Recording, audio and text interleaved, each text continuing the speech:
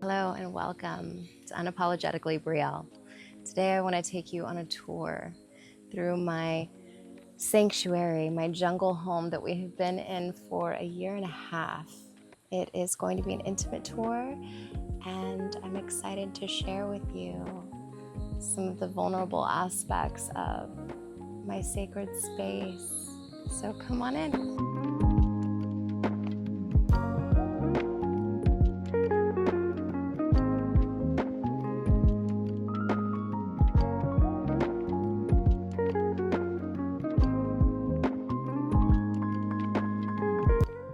This home is very special because it is one of the homes that is built with the original thatch roof from the indigenous Bribri people here from Costa Rica. It's no longer legal to build roofs like this, but I feel lucky to be in a space where it was used as the roof. It's a very high roof, and because it's natural, it is very breathable and stays pretty cool in here. I feel so grounded by the natural elements, the wood. It's a very strong structure, and the family that I'm renting from built this home as kind of their dream place. They're from Italy and they raised their son here, and I'm the first person to rent their house. So it has that grounded family energy that is really nourishing for my soul and such a safe place for Lyric and I.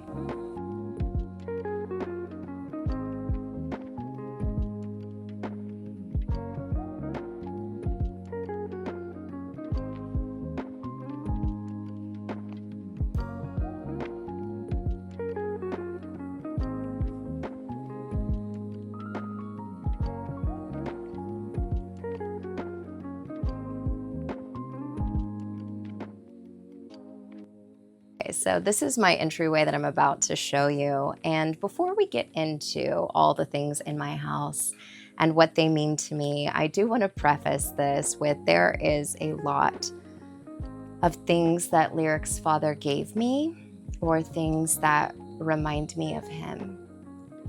And I have them placed in my home for a very conscious purpose. Even though we do not speak, and it has been a very long time at this point that there has been no contact, I still feel very strong that his presence in our home is important for Lyric and I. That I am reminded of him in a prayerful and beautiful way. I am constantly sending him energy to heal, to overcome, and for the greater good to prevail in the dynamic that is between him and our son. I know that we are protected, Lyric and I, and that whatever is meant to be for the unfoldment of our greatest and highest good is what is currently taking place. And so I trust in all of that, but I wanted to share why I have so many things in my house that were given to me by him or that remind me of him. So when I'm talking about those pieces, you know why. Here is the little entryway, and this is some art that I had in my Venice house, and I feel like it's glaring a bit, but this is a good representation of how I feel. And this beautiful crystal embedded heart also just feels like me. These beautiful mushrooms, like this just reminds me of who I am internally. And then of course I've got one of my favorite photos of Lyric and I framed in this beautiful crystal frame. that my heart labradorite that I got the weekend before I actually met Lyric's father is here as well. This beautiful quartz and blend with something else I don't remember right now at the top of my head, but that's really important. This beautiful piece has gone all over the world with me and has had many wild experiences, from festivals to Ibiza to I don't even know, but it just reminds me of the adventures that I've had. Of course, there's a lot of coins here in this lotus flower, and I like having coins out in the open. I feel like it's an offering of abundance. Here is another one of my favorite photos of Lyric and I in this lovely little frame. And then this is one of my favorite pieces. I bought this for myself as a push present after giving birth to Lyric. I feel like it is a representation of the energy that I intend to continue on through my life when it comes to Lyric's father.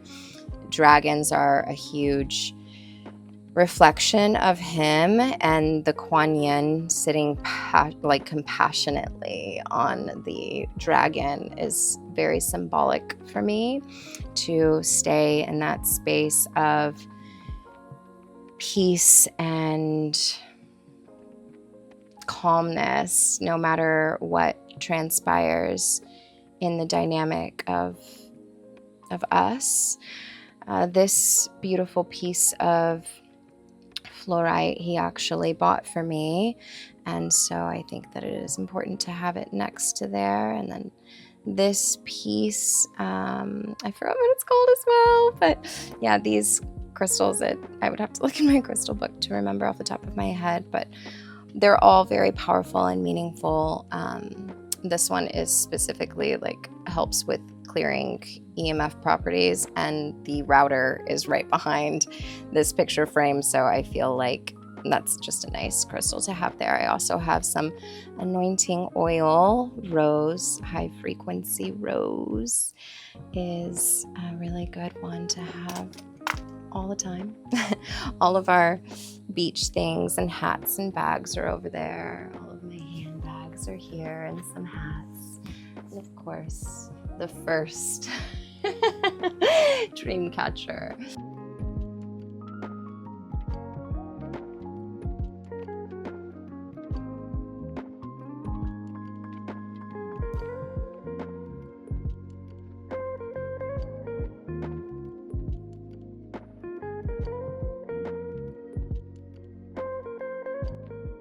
These adorable little handmade chandeliers that are local are beautiful and cute and bohemian, and I just adore them. There are 3 of them in the house, and they kind of remind me of jellyfish, and I'm just reminded of creativity and the local beautiful art. Over here is Lyric's toys. We kind of keep them organized all the time. He plays with one at a time. Here are a couple more of my crystals. And this is a statue. This dragon statue is something that Lyric's father gave me. And Durga, she is very powerful and important. And then I have my oracle cards. This is the guest bedroom, and I have a lot of my decor for my events company in here, as well as some supplies for recording, extra toys, lyrics. We have this beautiful window that looks out into the property.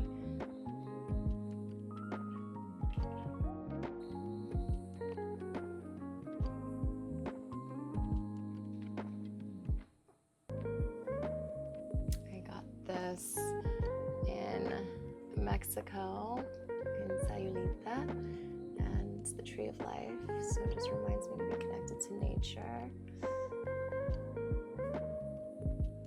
A cute little kitchen, very small but quaint and cozy. I look out this window every single morning when I'm having breakfast. You can usually see the river down there, but it's overgrown right now. I need to ask the gardener to clear some of it so that we can have a view of that. Got a couple of important things in the fridge. Lyric's cousins, my juicer, and my food processor to make some treats. I love this company, my Blue Lotus and Butterfly Pea Flower. This company is very transparent and organic, and I really appreciate the products that they make.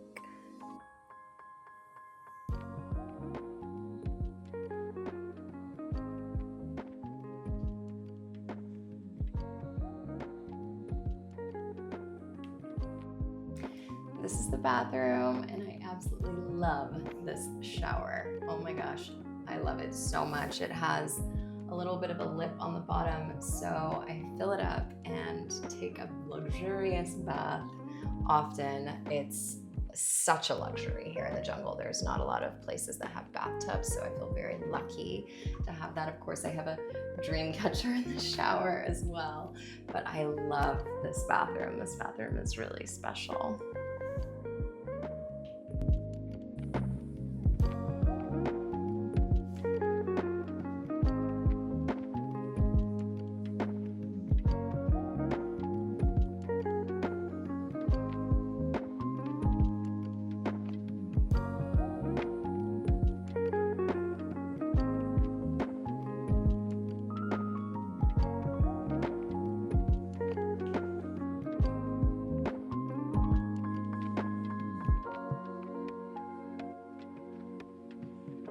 So I have statues all throughout my house, and they're important for me to call in specific energy and emblems of what I am manifesting or what I am holding, or energy that I am calling in. So one of the important ones that is here on my mirror, I have two on my mirror, one on each side, and I feel like it's a powerful representation of the strongest energies that I carry as a feminine woman. The first one is this beautiful little angel with a baby statue. I've had this for years and feel that it was a powerful manifestation tool in me calling in my son. It's also a good representation of holding my inner child with tenderness and care, that angel love, that unconditional love, that space to be safe and comforted. It is also a good representation of that. And on the other side, I have got a Kali Ma statue who is very fierce. I feel that it is a strong representation of the destruction that I can carry, of breaking things that are holding me back. She's the demon slayer, the one that is not to be messed with. And I think that as a single woman, as a mother, just as a woman in general, like really embodying that dark feminine, that's what Kali Ma is to me. She's the one that stands up for justice, like really believes in fighting for what's right, and will break through veils and shields to reveal the truth. So I've got her on the other side of the mirror. I look at both of them multiple times every day. So I think that it's really important for me to find that constant balance between light and dark, that symbiotic relationship of working together and being all of who you are in your entirety and honoring all aspects.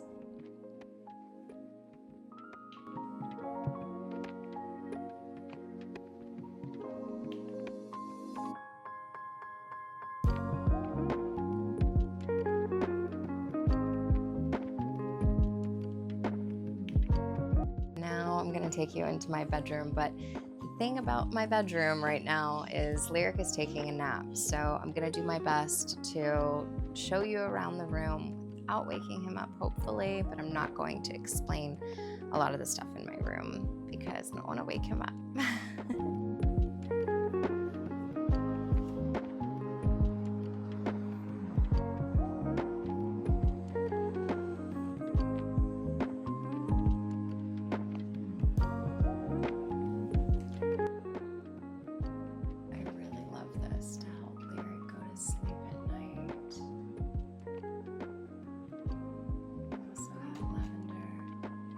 Spray and oil.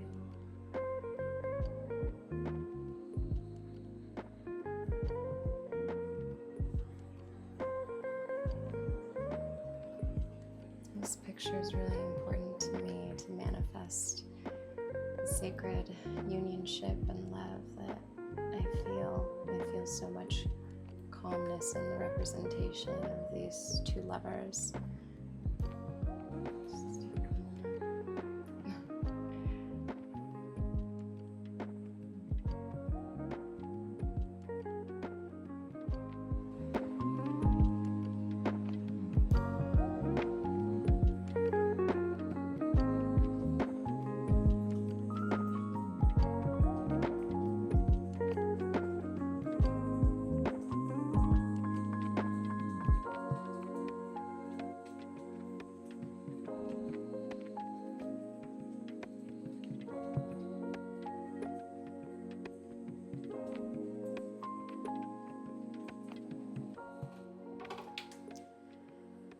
I love having an organized closet.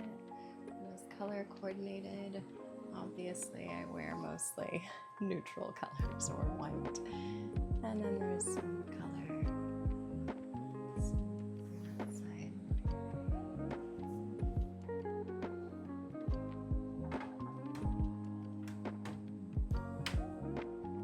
So my little munchkin is awake now, and I wanted to come back into my room to share with you some of my very special sacred things here in my sacred temple space of my house. The whole house is my sacred temple, but my room where I rest and reach my dream space is extra special. So next to my bed, I have a couple of statues and crystals, of course. This statue of Saraswati is very important for me to constantly call in my creative flow, the energy of creation through my art, my artistic expression. So that one's very important to me. And then I have my Tara statue as well. And she's like the goddess of compassion. So always calling in that balance of compassion. I could talk more on them, but it's fine. This moonstone here was given to me by my son's half-brother's mother, and it is so sacred to me. It was with me all throughout my pregnancy, and Lyric actually would play with it from inside the womb and push it around. I have video of him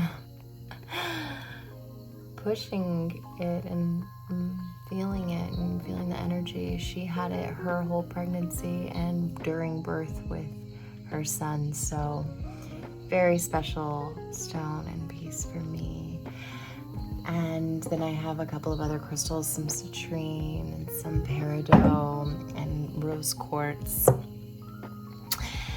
Then, as I mentioned before, this beautiful piece of art to manifest sacred unionship. I just love it. I just love the way that they're looking at each other in this like intimate moment. Very sexy too, of course. And my absolute favorite thing in my bedroom. The most sacred thing probably to me in my house is this raggedy, beat up blanket. I'm not even gonna pull it out because it has stains on it, and I don't even know how old it is. I literally remember it on the back of my late grandmother Effie's sofa my entire childhood. It was one of the few things that I took from her house before I sold it. And it has sat with me in comfort through every single one of my ayahuasca journeys. It has lived and been with me in every place that I have lived. It has traveled with me since I took it from her house. So I am very sentimental, and the things that I receive that remind me of people or that have been given to me by certain people, I hold really close and dear to my heart. Outside on the patio, which is so lovely. I spend a lot of time out here. I really, really love being out in the open air. It's beautiful to sit under here when it's raining. It's such a comfortable outdoor living room. I love it.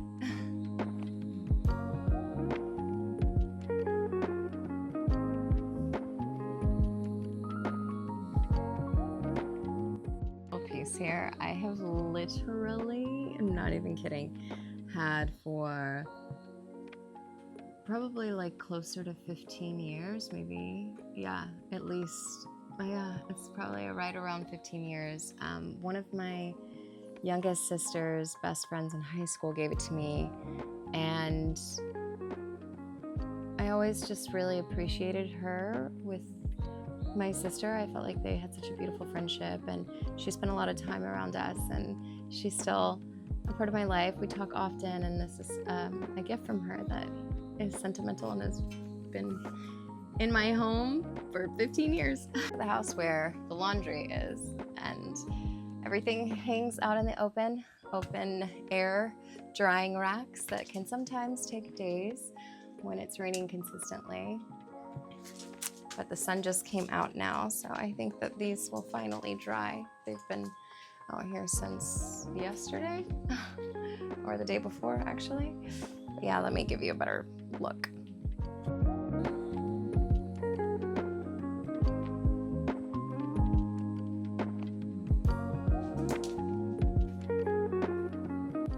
And that's a wrap. That's the whole jungle house. Thanks for being here and going on the tour of my beautiful sanctuary, listening to some of the sentimental explanations of pieces that I have in my home, and seeing where and how we live. I love this little house, and we will stay here unless we leave this area. So I am grateful for this home, so deeply blessed to be here and to have brought so many of my things from the States. Like, it really feels like my space and our home. All right, till next time, lots of love.